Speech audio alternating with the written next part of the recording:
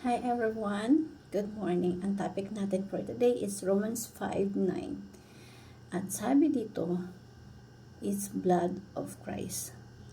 Ano ba ibig sabihin ng blood of Christ?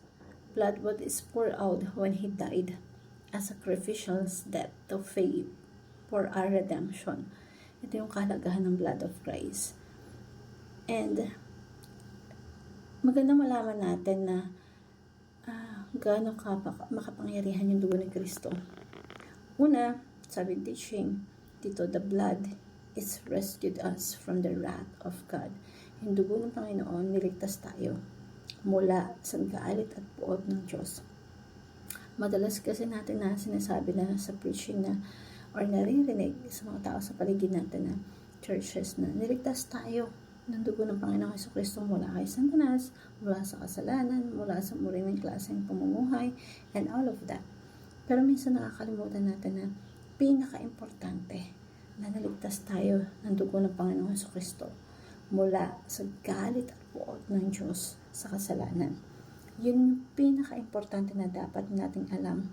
Yung Diyos natin ay banal, na kapag tinitingnan tayo at nakikita niya yung kasalanan, ang nararamdaman ng Diyos ng galit at puot, gusto niya tayong puksain, hatulan yung kasalanan. Yung dugo ng Panginoong Jesucristo, nirescue niya tayo, niligtas niya tayo mula sa puot ng Diyos. Kaya nga mas kompletong ebanghelyo kapag naipaliwanag natin ito, na yung dugo ng Panginoong Jesucristo, binawi yung galit ng Diyos sa atin upang imbis na sumpaan danasan natin mula sa Diyos, ang ibubuhos sa atin ay pagpapala. Sa Old Testament, yung background nito, yung curse is a blessing.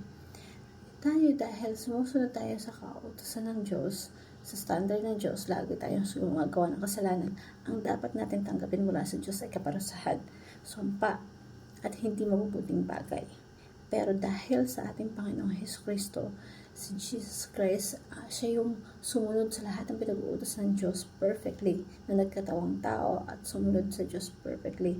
At dahil sa ginawa ng Panginoong Jesucristo, lahat ng pagpapala, lahat ng blessings dumadaloy kay Kristo at pumupunta sa atin, tinatanggap natin mula sa Diyos. That's why walang pagpapala ang hindi ibibigay ng Diyos sa atin. Kaya tayo may buhay na walang hanggan.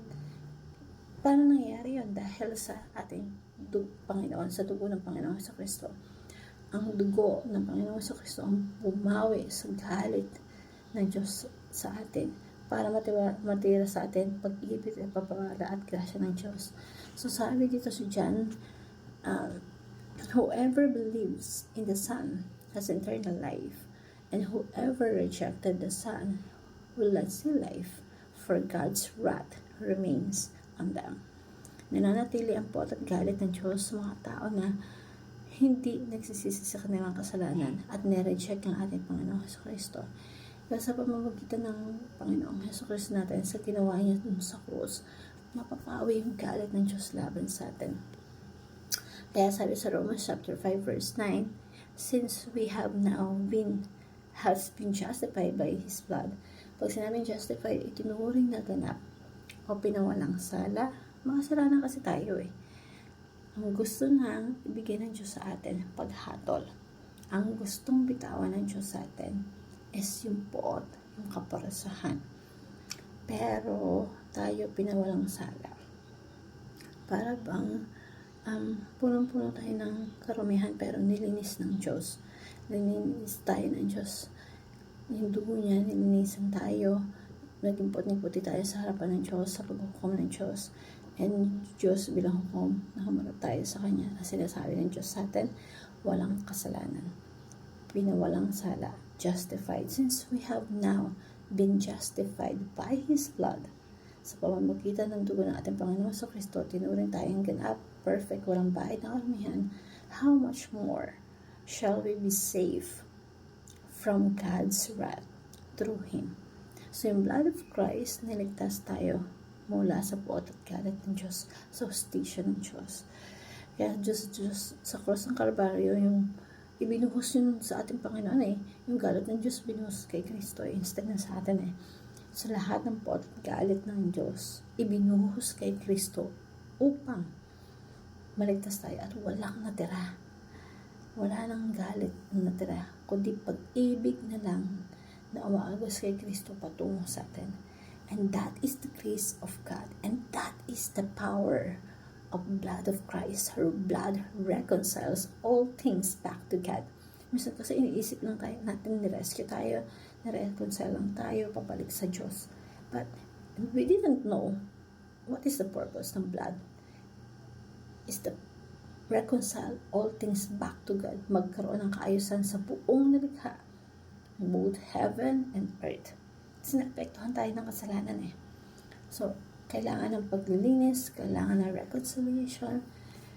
Kaya anong namatay yung Panginoon ng Diyos dun sa krus, kinik out niya lahat ng mga diablo or demonyo na may access sa heavenly realms. May cleansing na nangyari sa heaven. Ganoon din sa earth. Tayo mga tao kailangan natin ng cleansing. And the blood of Christ reconciles everything back to God. Comprehensive yung kapangyarihan ng God. Hindi lang pang tao. Hindi lang pang sa atin lang. Comprehensive. Nire-restore niya yung original creations of God. And that happens in Genesis chapter 1. The power of Christ. And through Him, through Jesus Christ, He reconciled Himself all things. At napakasarap na itong namin sa buhay natin that God reconcile all things back to Jesus Christ. Kahit ano pa yan, all things in heaven by making peace through His blood shed on the cross. Makikita natin kung gaano kapakapangyarihan ang dugo ng Panginoong Jesucristo na binuwis sa cross to reconcile all creations back to God at linisin ang creations, tanggalin lahat ng masama, lahat ng kasalanan, lahat ng ito wasakin, puksain, husgahan. Kaya nga po sinasabi yung cleansing dito ginagawa sa buong nilikha. Someday the whole creation will become pure again at magiging malinis at ma-reconcile lahat pabalik sa Diyos. So number 3, the blood recovers our value. Alam mo, mas higit pa, hindi lang recover ang ginawa ng Diyos. Nilikha tayo ng Diyos na valuable because God created us in His image after His own likeness. Mahalaga ka kasi nilikha ka ng Diyos sa imahen niya. You are valuable. Kaya hindi ka pinapapahalagahan ng mga tao sa paligid mo, kahit hindi ka pinapapahalagahan ng mga taong mahal mo, kahit di ka kagandahan or kagwapuhan sa harapan ng marami, pero sa harapan ng Diyos, ikaw yung artistahin ng self na, diba? Sa harapan ng Diyos, gwapo.